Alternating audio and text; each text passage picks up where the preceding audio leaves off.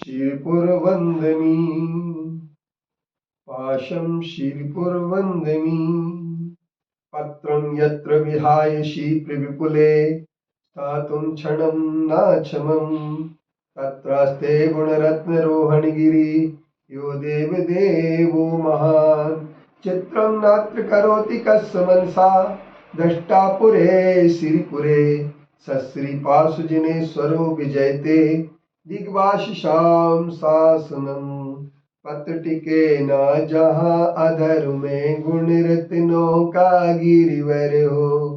कितना विस्मय किसे नहीं हो चलो देख लो सिरपुर को देवों के भी देव पास जिन अंतरिक्ष में शांत रहे युगों युगों तक दिगंबरों का जिन शासन जयवंत रहे। जैसे जैसे व्यक्ति अपनी आत्मा में समाता है उस वैसे वैसे ही उसे उपलब्ध होने वाले सहज में उपलब्ध होने वाले सुलभ होने वाले पांच इंद्रिय के विषय में कोई रुचि नहीं रहती। और जैसे जैसे व्यक्ति के लिए पांच इंद्रिय के विषयों में रुचि होती है वैसे वैसे ही वह आत्मा के विषय से दूर होता चला जाता है। उसे जिसको आत्मा में रुचि नहीं होती है अनुभूति तत्व की नहीं होती है उसे ज्यों ज्यों पांच इंद्रिय के विषयों से सुलभ पांच इंद्रिय के विषयों से रुचि हटाता चला जाता है वैसे वैसे ही वह आत्मा में समाता चला जाता है। तो ये एक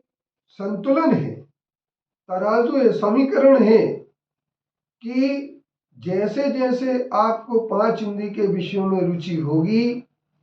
वैसे वैसे आत्मा में रुचि नहीं होगी और जैसे जैसे आत्मा में वह समाता जाएगा पांच इंद्रिय के विषयों से रुचि समाप्त हो जाएगी। इस विषय को हम जब विचार करते हैं तो हम चिंतन करते हैं कि ये पांच इंद्रिय के विषय क्या होते हैं। सुलभ पांच इंद्रिय के विषय सामने रखी हुई उसके लिए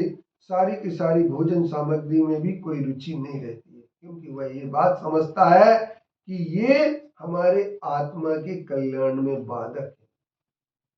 और ये तीन चीजें ही संसार में भटकाने के लिए होती हैं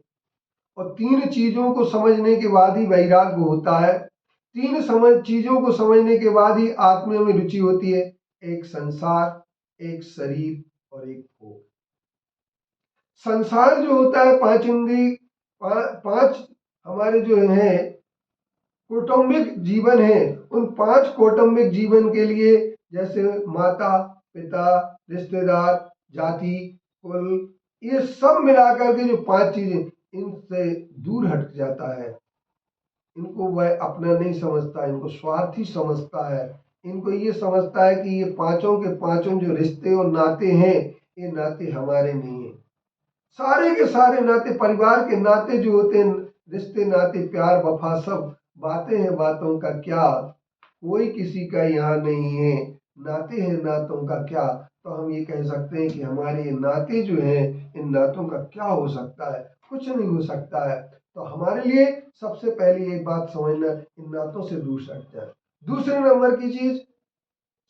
संसार चारों गतियों के परिभ्रमण का नाम भी होता है जिसमें हम कहते हैं कि चारों गतियों में कभी न कभी आदमी को सुख की प्राप्ति न हुई है न होगी न हो सकती है दुख ही दुख है। इसके बाद फिर अपन ये कह सकते हैं कि शरीर अशुचि है जिसमें शरीर में गंदगी है 2 दिन की शरीर के साथ में जिंदगी है ये संयोग है और ये संयोग जो होता है जितना भी होता है वह मिलन हुआ है तो इसका वियोग भी जरूर होता है विछड़न भी जरूर होती है। लेकिन जब अच्छी चीजें मिलती हैं तो बहुत अच्छा लगता है हम नाचने झूमने लगते हैं लेकिन जब बुरी चीज मिलती तो हम दुखी हो जाते हैं। इसलिए एक ध्यान रखना कि ये शरीर भी हमारा पूरा का पूरा गंदगीमय है और ऐसे शरीर से किसी प्रकार की हम अनुराग नहीं कर सकते हैं। और जो हमारे पास भोग हैं वो भोग भी हम जितने भी भोगना चाहे भोग लें लेकिन जब तक वह हमारे जिह्वा पर अटकता रहता है या हमारे पंचेंद्रिय के संपर्क में रहता है तब तक हमें बहुत अच्छा, लेकिन ये विषय भी एक क्षणिक सुख देने वाले हैं। स्वर्ग के संपूर्ण भोगों को भी प्राप्त करके व्यक्ति सच्चे सुख को प्राप्त नहीं कर सकता है। इसलिए भोग बुरे भव रोग बढ़ावे, बेरी हैं जग जी के, बेरस होए विपाक समय अरु, सेवत लागे नीके। इसलिए ये सुलभ भोग भी जो आत्मा में रमण करने की इच्छा कर लेता है उसे अच्छे नहीं लगते हैं, और जैसे जैसे आत्मा में लीन रहता है वैसे वैसे पांच इंद्रिय के भोगों से रुचि समाप्त हो जाती है, और जैसे जैसे भोगों से रुचि समाप्त होती जाती है वैसे वैसे ही आत्मा में लीन होता जाता है। इस समीकरण को समझना हमें बहुत आवश्यक है।